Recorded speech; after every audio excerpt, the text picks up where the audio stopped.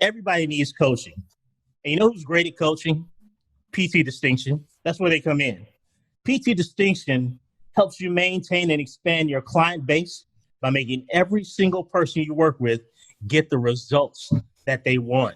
And that's what I wanted. I wanted results. Not unlike the Online Trainer Academy, but at PT Distinction, because we have our star basketball player, Jonathan Goodman, who's affectionately known on the court as Spud Goodman. Or Air Spud. We all remember that. Mugsy Goodman. Air Spud, that's right. I'm wearing some Air Spuds right now. Jonathan Goodman worked out a deal with PT Distinction. We're going to give you not 30, but 60 full days trial period if you go sign up right now. Well, that's twice as much as usual, isn't it? Yeah, well, that's twice as much. It's a good twice job. As much. Wow. Well done. Twice as awesome. So I was told there'd be no math. You can sign up for that deal at onlinetrainer.com/PTD. Again, that's onlinetrainer.com/PTD. In addition to that, because Jonathan never stops. That's what we knew about him on the basketball court. He never stops. You can never stop him. You can only hope to contain him.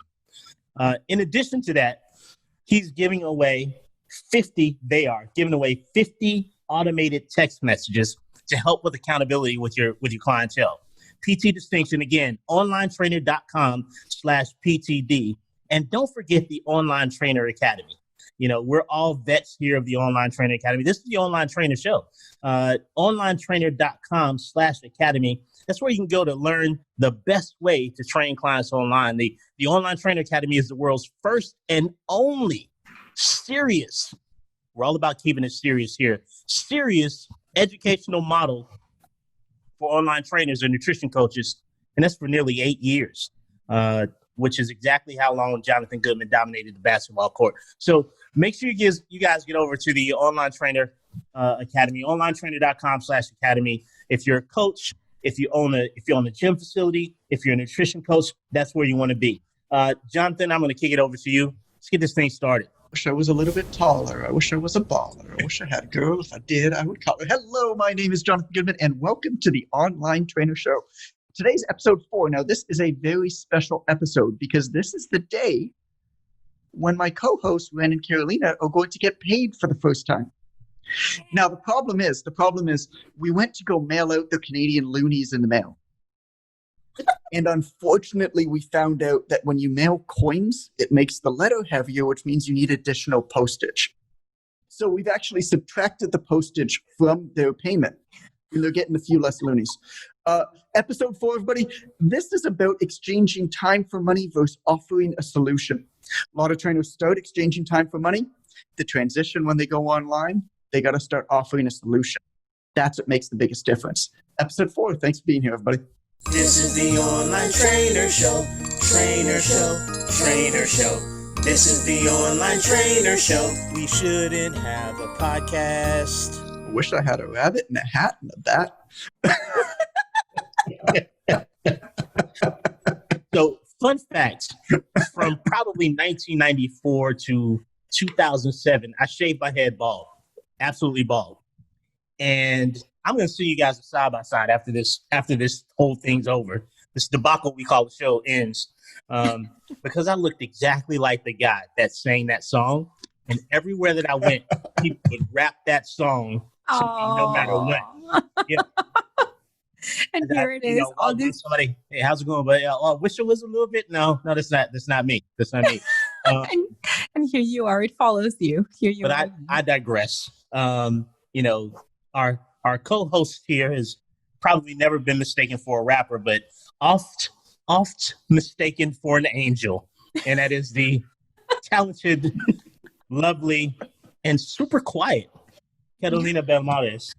How you doing today, Keto? What's going on?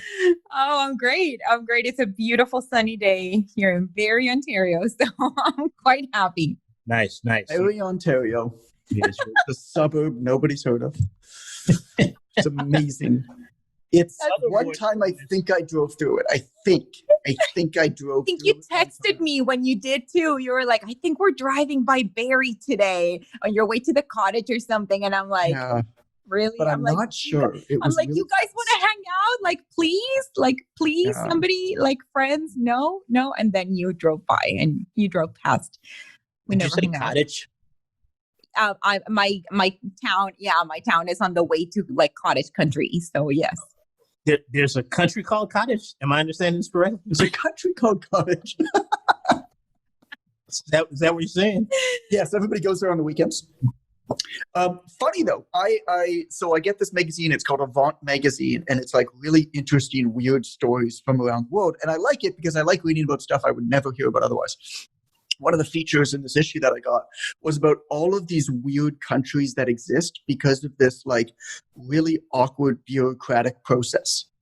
So, for example, in the Middle East, for these really weird, crazy reasons, there's like this 5 meter by 5 meter square that's actually owned by nobody.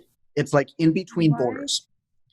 Oh. And some American guy, of course, decided to go there and plant a flag and colonize it Oh my gosh. because he wanted his daughter to be a princess. Oh no. So now that's his land. Oh, And there's like but if you actually look it up, there's like a series, and it's always Americans colonizing stuff. Of course. right? Like, hello, why? It's always Americans colonizing it.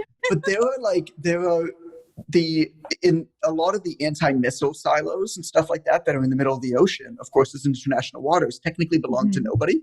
And so Americans actually went and like either knocked them down or got the paperwork to make them theirs, because somebody actually went and colonized one of the missile silos in the middle of the What? ocean. Oh There's my- all of these like super hilarious Random. diplomatic stuff that, I mean, I feel like somebody just did that to Barrie, Ontario, because like somebody was just like, I'm going to be the mayor of this town, and just like colonized it, you know? And he just figured that he could find some woman to just like be his girlfriend. You know? If he was the mayor, it's a lot easier way to get a girlfriend. And here I am. Hi. You are. That's the story of my life in a nutshell. Thank you for my biography right there. Girlfriend to the mayor of the So huge so are we saying- populated municipality of Barrie on the outskirts of Toronto. We're Most going to people make it just famous agree now. that- We talk about it so much that everybody's going to be like, what's the deal with Barrie, Ontario? And then that's it. The mayor's going to be like, wow, tourism has really exploded. see, I've never been there. you But know- Well, you need to come. Yeah, next time you're in Toronto, we'll drive like up here. It's awesome. It's great. It's You'll not. love it. Yeah, it's it's not. fantastic. It is. It It's is. not much. I'm It's looking not at the much lake to- right now. Nothing can Yeah. beat that. It's awesome. Anyway, Ren, you're invited. well, thank you so much. Now, how far a drive are we talking from Toronto? 1 hour. Oh yeah, I'll pass. Yeah, I'm out. Like with me driving, is that the issue with me driving? I am pretty awful. So okay. I was Fine. thinking like more across the street from CN Tower or something like that, but Yeah. an hour I can't do that. That's way too far. No, it's a ways. It's a ways. From what I've heard, it's overrun with rodent population. Anyway, I'm out. Had to. You Yeah. had to. I'm It's just feral cats running around. They let them loose to take care of all the rats and mice. Okay, so it's interesting bit I learned that apparently in my area, the fox population was decimated by the mange, which is why this year apparently, mange. seriously, I'm not kidding. This year apparently like squirrels, chipmunks, and every other rodent is just crazy. Like the population has exploded because there's no natural predators. So we're all crossing our fingers for a comeback of Because of the mange. yes. That's what killed a bunch of foxes here. That sounds like something that bumps in the night. The mange. mange. That sounds like something that you look at and you're like, why is it translucent? How is the mange? I feel like you can't even say it. Like It's the blob. mange. Remember the movie? The Blob. The killer blob. So what are we doing with online training? What's Right. online training? Right. Apparently it's been overrun by the mange. The mange is everywhere. The mange is everywhere. I'm just looking over at Amber, our podcast manager right now, just nodding her head. Just just shaking her head. Just what is going on, Why man? am I here? The mange made me do it. So we actually do have a topic today, believe it or not. Wow. If you made it this far into the podcast, you certainly deserve to hear it. We think very hard about these topics beforehand, too. Yes. It's a lot of work. We really do put a lot of work into it. We want both of the listeners to be satisfied when they hear the topic. So we put a lot of energy into it. If you're a third person joining us, this is the Online Trainer Show. We've been here for several weeks up to this point, and we usually don't do this well. This is actually one of the better shows. So, Jonathan, if I may call you Jonathan. Yeah, you may. Thank you. Thank you, Mr. Goodman. You're welcome. What we wanted to talk about today was sort of the difference between, the time for money, sort of way of coaching, which happens a lot of times in person, versus, providing a solution, and what the difference between those two things are. And, sort of how pricing ties into that. We see a lot of confusion in the industry in regards to this topic. I know I've gotten a lot of questions over this past several weeks about this alone. We feel like we feel like we're not providing the same thing online that we're providing in person. And I blame the mange for that. What are your thoughts on I feel like the mange is the problem with a lot of things. I feel like anybody who's struggling with anything, I feel like it's the mange's fault. I don't know what a mange is. It's evil. I have so many images in my mind of cloaks and capes and this mystical translucent creature that bumps in the night and eats feral cats and assumes their body by absorbing their bones and imitates them and shows up in Carolina's house and takes the mice. And I have so many images of what's going on here. I'll send you some Google images later. Yeah, I don't really. Amber's like, don't send me. Yeah, I mean, I'm satisfied. Like I don't have a problem right now. Like, I'm happy with how I envision these things. I don't need you to tell me. It's like that person at the party. You're like talking about this band, like what happened to the Backstreet Boys, or like whatever. You're talking about this like band that went, or this actor, and somebody's like, I'm gonna look up. It's like nobody actually cares. Nobody wants to know. Like, and the minute that you looked up what this is, it's like you've just ruined the whole conversation. Like, nobody actually. It's fun to talk about it, but you jerk who took out your phone at the dinner table. First off, you're a jerk because you took out your phone at the dinner table and looked up what the actual solution to this problem was. You just killed our whole conversation. And what's everybody's going to be like? Oh yeah, okay, that's what it was. Because nobody actually cared what that thing was. Nobody actually cared that the Backstreet Boys ended up making a comeback and came back on the Ellen DeGeneres show. Like, I am still sending you pictures of mangy animals. Period. Well, I don't answer your messages anyway, so I'm just not going to look at it. Right, solutions, not problems. What are we talking about? As a former boy band member, I feel attacked by Backstreet Boys comments, so I just want to put that out there. And the earlier American comments, as the only American on the podcast, I feel I'm active, Amber. I'm sorry, active, the only active, American, Amber. You lurker. The lurker threw her hands up as if she was being judged. Just for that, you don't get to do your bit at the end of the podcast. You're canceled. We can't hashtag cancel Amber. That's what we're doing. And when I don't know if you heard, you didn't, because we always mute her.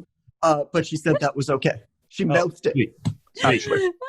Thumbs up. So let's trend that hashtag worldwide. Hashtag Amber's canceled. John, back to the important subjects here. So the differentiation between exchanging time for money, typically this happens in person for coaches, versus providing a solution, and how that differentiation shows up, in the online space in terms of pricing and offers. Can you speak to that for our two listeners out there today? I can speak to that for our thousands Thousands of listeners, right? Thousands upon thousands of listeners who will go get the show notes at onlinetrainer.com/podcast, who will make sure that they subscribe to this show wherever they listen to podcasts, be it Spotify or iTunes, and who will make sure they review the show. I will speak to it for all of those listeners, right? What's going on here, right? Like, what are people buying? I guess that's the biggest question that you have to answer. You've got to take a step back. We've got to get out of our own head. A lot of us started in the fitness industry, working in a gym, in a conventional fitness environment where you're selling sessions or you're running classes or whatever it is, where somebody shows up for an hour, half an hour, 45 minutes, and then you do what you can with them, and then they leave. I don't know about you, but when I was training for like 8-9 years, I was training in a gym. There was very little interaction throughout, like in between sessions. And there still isn't much. I mean, there still isn't. We don't take care of our clients in an in-person gym environment as well as we should in between sessions. And what we're really selling is less of, and the good gyms are not quite like this, but the majority of gyms sell packages, they sell time, right? Online training, you have to, you sell solutions. And in a gym, you should sell solutions too. You know, you have somebody coming in, they want to achieve a certain goal in X amount of days. You want to achieve a fat loss goal. You want to achieve a muscle gain goal, performance goal, whatever it is, in 60 days, 90 days, 120 days. Or like Frank, who's one of our Online Trainer Academy level 2 students, you know, trains fighters. So somebody will come to him 10 weeks out from a fight and he'll get them ready for the fight. Like whatever it is, right? You want to get them that goal. They're paying so that you help them get that goal. How you actually get that goal matters much less to them. If you can communicate the solution effectively from the front, it doesn't actually matter what's involved. A lot of trainers fall into the trap thinking that they need to list out, here's everything you're going to get in your program in order to sell the program. Customers for online training don't actually care what's in a program because they have no point of reference. They have no idea whether that's important, whether that's not important. They don't know what they should be getting. And so you saying, I'm going to send you a new program every 2 weeks, you saying we're going to have a Skype call every month or whatever it is, actually doesn't really matter. And it only, people will ask for that. Don't get me wrong. People will ask for that if you haven't done a good enough job selling them on the problem that they have and illuminating it. And quite honestly, making the pain strong enough for them to want to do something about it now, which is a lot of your copywriting, a lot of your marketing. And then showing them that you're the right person to actually help them achieve that. Right? If you don't have a ton of before and afters and testimonials and stuff and referrals that sell for you, then you might need to get on the phone and really listen to that. But you need to be selling this solution. You need to think of yourself as a concierge service. Basically, like, I'm going to give you what you need to get to where you want to get to. And the truth is, that will be different for every single client. How can you possibly say you've got 2 people in front of you, right? They're both, let's say, I don't know, Mexican expat mothers who have 3 kids who live in some no-name town outside of a big city like Toronto, who happen to be dating the mayor of that city, who, you know, want to get into shape. Both of those women, as similar as they are, they're going to have different amounts of time. They're going to have different preferences. They're also like when you really get into the psychology as a coach and understand what people need, you'll realize that people need different types of support. And one of the best things that you can do actually in step 1 as a coach is literally say to people, I mean, this is what our coaches do with our Online Trainer Academy students, is they will assess based off of their first interaction with a new student, what type of support that new student needs. Right? Do we need to do a check-in every week to hold you accountable? Are you the type of person who needs me to just send you a quick text message just like, yo, you doing okay? And you say yes. Are you the type of person who more needs somebody to be reactive to them? Just that they know that there's somebody kind of there. Right? Do you need something to always keep it fresh and interesting? Like, everybody's different. And you honestly don't know what that is before you start working with the person. That's the art and the science behind what we do. But what you need to do in order to get clients, in order to sign up clients, in order to also charge what you're worth, by the way, which we can talk about after if you want, Ren, is you need to sell the solution. You don't need to sell sessions. You don't need to sell packages. It's kind of irrelevant what's included. And, we've worked with a lot of people over the years, like tens of thousands. And one of the things that we found is more times than not, when a trainer says that, they're signing up clients and they're saying, okay, I've got whatever, 10, 15, 20 clients who they all have these promises in their package, right? I'm going to speak to them every 2 weeks for 15 minutes, for 30 minutes. I'm going to send them a new program over there. At the end of 3 months, the odds that they've actually followed that plan to a T is so slim, because you start to naturally adapt to what the client wants. So why are you trying to force that constraint at the beginning, knowing that you're not going to follow it? I mean, this is just what our experience has taught us. And then from a marketing and selling, I mean, this is the difference. Like Glenn, Carolina, Amber's muted. We can't hear her. But what we found particularly with our OTA 2 level students, once you actually know how to do this and sell this, you literally go from charging $100 a month to $1,500 for 8 to 12 weeks. I mean, it's that different. And you are delivering the exact same service because of how you're actually able to package it and present it and present it as a way that actually solves a problem for somebody.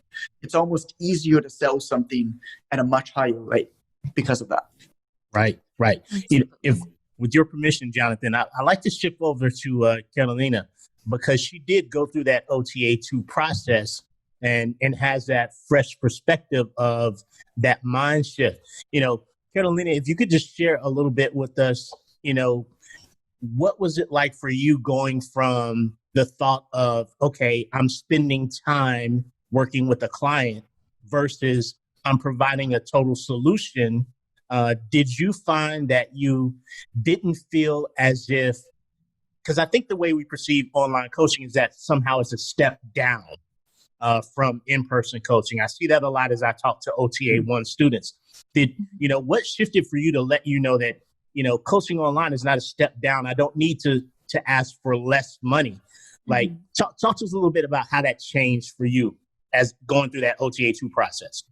I've been one of the lucky ones that I was able to see from very early on the true value of online coaching, which is precisely the reason why I ended up, going through OTA 1, and then the second OTA 2 was, I was invited to it. I immediately jump on it. We have this, running joke about how, Jonathan we don't even read the sales page for anything. It's just like, shut up and take my money kind of situation, right? Like, because it's true. Like, we know it works. We've been through it. And it's what PT Distinction did. We're just like, give me money. And they're like, sure. And we're like, no take back, send me a wire. It's like the Nigerian spammer. It's just like, yes, send me money. And they're like, sure, where's your credit card? No credit cards. Western Union or wire. That is the only payment method that we accept. Every bit of shady. Get it back. Every bit of shady. That's what it was like. No, I'm kidding. No, it was fantastic. But it was just because we've gone through it and we know it works. And so for me, the real value in online coaching is understanding that I'm maximizing my time, but I am also maximizing my clients' time. Right. Because they don't have to leave their office to drive to the gym, to spend an hour with me and then drive back. That even just that commute alone, like it's time that I am saving them. And so I'm adding a value to their life because I'm giving them what they need, when they need it, how they need it. It might be driving, it might be commuting. Yeah. It might be something else. It might just be the ebb and flow in their life, in their, sometimes they might be perfectly cool doing that drive because they want to get the hell away from their kids. Other times, like they want to they're homeschooling or whatever, like you can adapt. Exactly. And so for me, I think the biggest shift or the biggest thing that I that has allowed me to move forward, and especially into charging higher amounts. That's something that's super. It can feel really intimidating to somebody who's starting with like, oh my god, like what are you talking about? Like I'm going to charge $1,000 for 8 weeks. Like what? Like they're just shocked and even put off, right? Because some people feel like it's like a badge of honor to charge as little as possible and give your soul away. And I'm here to tell you that is absolute bullshit, because you also deserve a life that allows you to have the resources for yourself, or to give your family, or to give your children, or to have the home that you want in the area that you want, and whatever it is that you envision, you deserve that too. And so for that, you need to be able to feel comfortable. And so the way that you feel comfortable charging higher amounts is by understanding precisely that you're here solving problems. We're not Band-Aid solutions. We're not here wanting our clients to be forever needing of our services. We are here to empower them, and we are here to kick butt in the way that we provide them amazing service, so that they want to keep coming back and they want to keep referring everybody that they know, because they're so freaking happy with us. So let's talk about one of the things that you brought up there that I think is a really good point, is that idea of you should be charging more, but this is true for like basically everybody we work with. Like one of the first things that I talk to almost everybody is just like, you should be charging more. The reason that they don't is one, they have no idea how to package and position their services. So they have a hard time charging more because they don't actually offer solutions, right? You can't charge more if you're just like, I'm going to send you 2 workouts. Like you can't charge more for that, because I could Google and find 100,000 workouts. Yep. Like that's not worth anything. But I want to talk about confidence, because that's something that we really harp on in the Online Trainer Academy. That's something that we really work on with our people. And at this point, you might be listening and you might be like, yeah, it'd be super cool to be able to make that much. But like, I can't ask for that. Like, I don't know how to ask for that. Right. You don't ask for that off the start. Right. You bump up slowly. You bump up slowly. This is what we train our people to do, is we train our people to say, okay, you're charging $100 right now, a month, or for 3 months, or whatever it is. Cool. Well, don't just jump into charging $1,500, because you never, that comes off. If you say to somebody, hey, the program is $1,500, you're not going to say confidently. You're going to be like Milhouse, like talking to Lisa. You're going to be like, okay. So, I'd like for you to give me, it's going to be like $1,500. So like, if that's too much for you, then I think we could do a little bit better. Like maybe I have a scholarship. That's how it's going to come off. So you bump up slowly. An actual representation of every single starter online trainer, for sure. We all feel like that at some point or another. Yeah. We're all Millhouses. You get a response that matches that too. You get a response that matches that. Why would anybody pay you something that you don't believe you're worth? Yeah. So what you need to do is you need to build up the confidence slowly. If you're charging 100 right now, the next person that you ask, the next person you speak to, tell them it's 150. Yeah. And then once you have somebody that pays you 150, ask for 200 from the next person. Once you have somebody that pays you 200, go to 300. Once you have somebody that pays you 300, go to 500. Bump up and wait until you get somebody, because what that does is immediately you're like, oh yeah, people will pay this, because they will. Yeah. I mean, I can tell you right now they will, but that means nothing to you, because you're still going to be Millhouse asking for it, because you don't believe that you could do it. So build up that confidence slowly, kind of bumping it up as you're selling these solutions. You would never, like, this is one of the biggest problems with all of these like high ticket mentors that message all of you like 100 times a day on Facebook, and you're like, if I've never heard of you, if I have no reason to trust you, if you have no reputation that precedes you, yet you're promising me that you're going to get me all of these successes, why the heck should I listen to you? Right? Right. How can you possibly teach me to build a reputation and sell when the only way that you're acquiring clients is the exact opposite way from how I ever want to do business. Like there's this serious disconnect. Mm-hmm. All of those people, the reason why most of those don't work for their clients and why, most of them are out of business within 2 or 3 months is because immediately they're like, oh yeah, just go and charge $2,000. It's like, what they're missing is even if their methods are good, the trainers don't yet have the confidence to charge that. You gotta move that. So you've got to build your own confidence. You've got to beat your chest a little bit. You've got to start making a little bit more and a little bit more, a little bit more. I mean, you're trying to replace years of deeply embedded insecurities about money. Mm-hmm. I mean, all of us have this. Like growing up, my parents, I remember when concentrated orange juice was on sale, we'd go and stock up. We had a spare freezer so we could get 30-cent concentrated orange juice versus $1. My wife would coupon clip with her mother. I mean, it was just growing up, oftentimes things were not as good as they are for us, because we are, for the most part, children of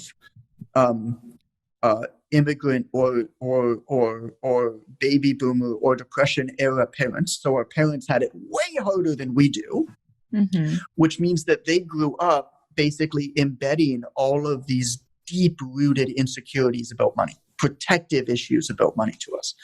And it's going to take a while to get over that. I really love the way that you explain it, Jonathan, in the way that you kind of like have to, well, the way that you're essentially what you're saying is that we have to build up on our small wins. And that's exactly what we would tell a client, right? We wouldn't go to a client and say like, hey, in 2 days, lose 10 pounds. It's like, what? Just do that it. Is not, do it's it. right. Do it. Like, And if you don't do it, if you don't do it, then you're a loser and I don't want to talk to you. Just do it. Exactly. It's like, what would we say? What's reasonable? No Half a pound in a week? That's totally reasonable. Doable for most people. I guarantee my product, but I can't guarantee your work. No refunds. Just do it. Like how ridiculous is that? Yeah, exactly. So I love that because we can all relate to the small wins and how the small wins really avalanche into something just amazing, right? It's a big stone wheel, right? You're working against a lot of years of, like I said, insecurities with money. You're working against a lot of years of training to sell packages, of quite honestly, like abuse in the fitness industry, of misconceptions around trainers and what trainers do. Like, I don't know about you, but when I was a trainer, I was embarrassed to tell people I was a trainer at parties. For 2 reasons. One is there's this misconception that trainers are like somehow less intelligent or like, oh, you couldn't get a real job, which in my case I couldn't. But like in a lot of people's cases, they probably could. Or they're transitioning from like, a nurse or a doctor to be a trainer because they realize that trainers are actually preventative medicine and way more important than reactive medicine for the majority of people. But also like if you're at a party and you tell people you're a trainer, all of a sudden everybody asks you for fitness advice, and then everybody looks at you and you take like a piece of cake and they're like, oh, I thought your body was a temple. I thought you didn't eat it. Like, whoa, come on.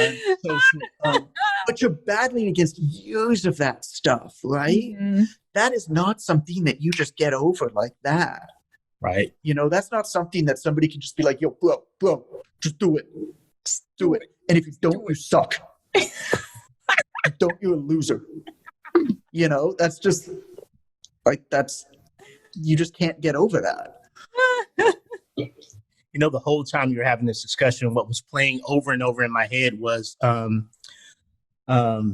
fish don't fry in the kitchen, beans don't burn on the grill. Took a whole lot of trying just to get up that hill. Moving on up. Like I was thinking about the Jeffersons theme the whole time. You guys can take this advice and you can move on up to the east side, west if you like, but you will finally have a piece of the pie once you take this advice. And that's what's really important here. So it's almost like the Jeffersons knew about online training all along. It's what Visionaries. George moved on up. They knew. Oh man, they just knew. They just knew. George, They knew that one day in the future there was going to be an old R&B singer from an amazing band called Fortress that had one performance with a number four in the number name. 4, but written out with letters. Yeah. Not the number 4, written out with letters. And there's going to be this amazing show called the Online Trainer Show. That had tons of reviews, and tons of subscribers across anybody listens to podcasts. And they were going to reference the Jeffersons. And the Jeffersons were going to be like, this was our plan all along. Yeah. This is what we were working for. It's those kinds of like long-term trolls or plans that you figure out at the end. I remember there's, the band The Lonely Island? Like, I just had sex, I'm on a boat. What? Well, Andy Samberg, like Brooklyn Nine-Nine. Oh yeah, He had this band called The Lonely Island. They're amazing. It's like he did a song with Akon called I Just Had Sex. He did like I'm on a boat. It was amazing. It was amazing. The music. When they were promoting this movie that they put out that was terrible, but they did this crazy long media tour. It was like 50 countries or something. And we'll put in the show notes. We'll put like a link to it. Amber just laughed. She's like, yeah, whatever, dude. Thrilled. They went on the Jimmy Kimmel show at the end of the media tour. It was their last appearance. And they wanted Jimmy Fallon. They wanted the Tonight Show, Jimmy Fallon, not Jimmy Kimmel. And they told Jimmy Fallon that they were secretly trolling Jimmy Fallon their entire media tour. They had a game that they were playing between them the entire time, that they tried to drop Jimmy Fallon's name in every single interview somehow. Oh my God. And they brought a mashup of it. They actually did it. And they did it. It was like, this Japanese talk show. And it was just the most ridiculous, like, because you could see they were the only ones in on the joke, right? But there's so many brilliant things about it. Number one, it's just like, it's funny for them, which I really like. It's like when I invited you to that Turkish restaurant, Carolina. Like, it's just like, it's funny for me. What? Like, and that's all that matters. But we'll tell the Turkish story in a future episode. But it's just funny for me, which is, I think, really funny because all of the... Exactly, Ren. What? Exactly. Nobody gets it. You had to be there, okay? You had to be there. It's so funny. We'll tell that story another time. No, we will not. Oh, yeah, that was the rule. We can talk about the mayor, but not the Turkish restaurant. But one of the... We have to set out a whole series of rules with Carolina on the show of like this just gives you an idea of like her life, right? So at the end of it, like these guys are in the interview and one of them mentions Jimmy Fallon and everybody else just like cracks up laughing and nobody gets it. Is all of these clips.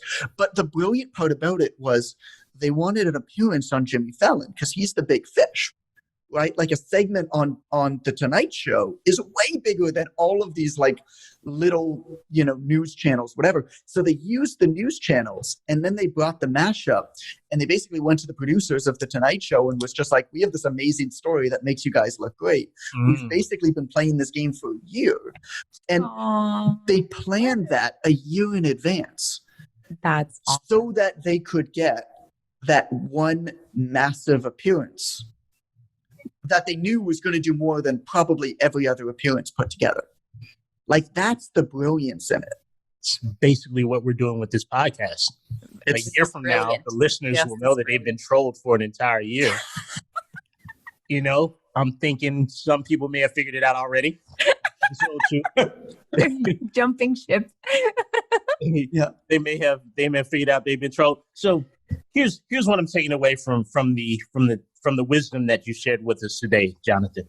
Number one, mange. Online space it's not about exchanging time for money.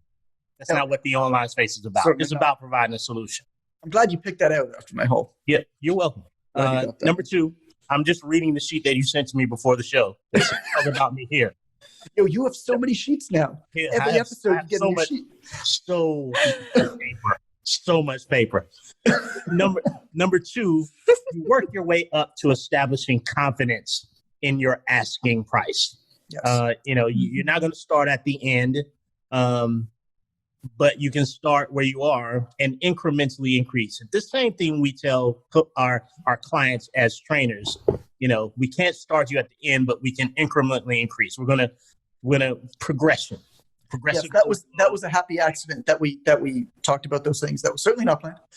Very happy accident. That's what happens when you put out good work. I'm told. This is, I think, one of the first times we put out good work. That's what happens when you put out good work. Is happy accidents happen, and you start coming to conclusions and coming on topics that you really feel like are going to change people's lives. That's what we do here at the Online Trainer Show. We change people's lives, and that's why everybody should go to onlinetrainer.com/podcast.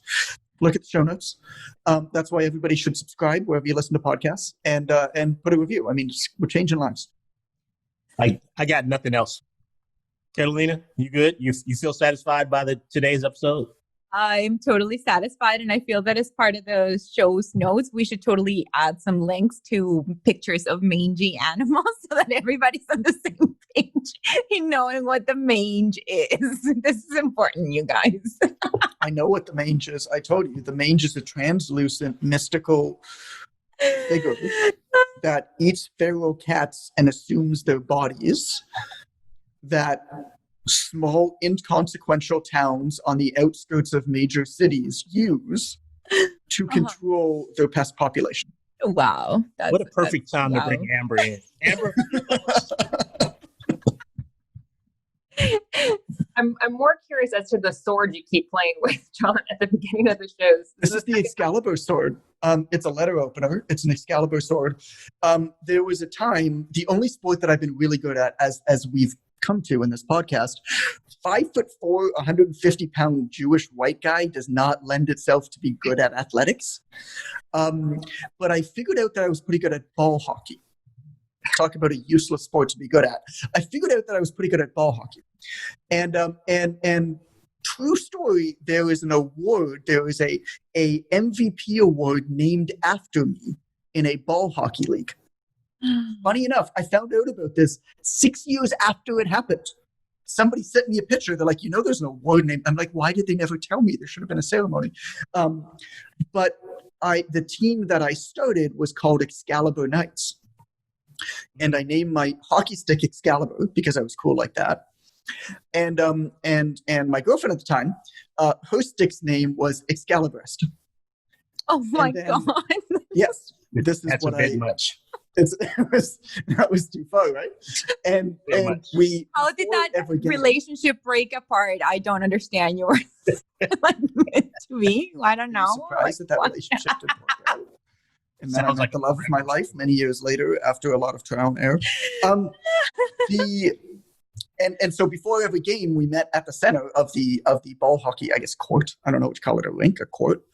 And we all held up our sticks in the center and touched our sticks to each other. And so everybody could absorb the power of easy big Excalibur stick. Oh my God. It's like the even lamest version of, I don't know, like a cartoon where they have to touch together the rings to summon the powers or something. Like that. Oh my, yes, I remember that. Not as cool as that.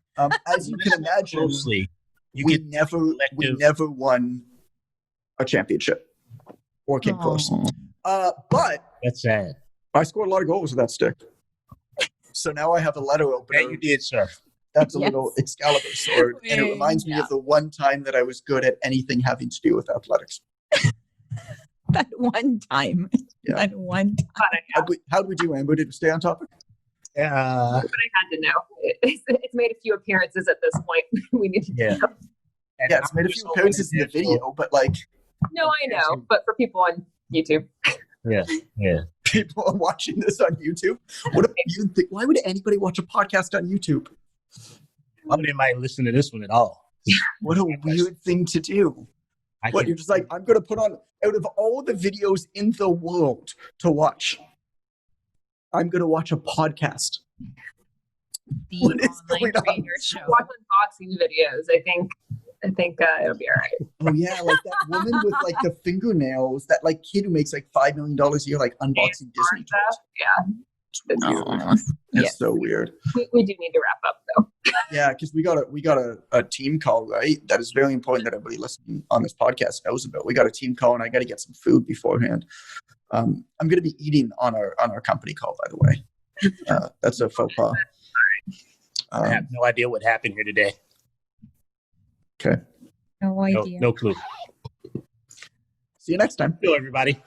This is the Online Trainer Show. Trainer Show. Trainer Show. This is the Online Trainer Show. We shouldn't have a podcast.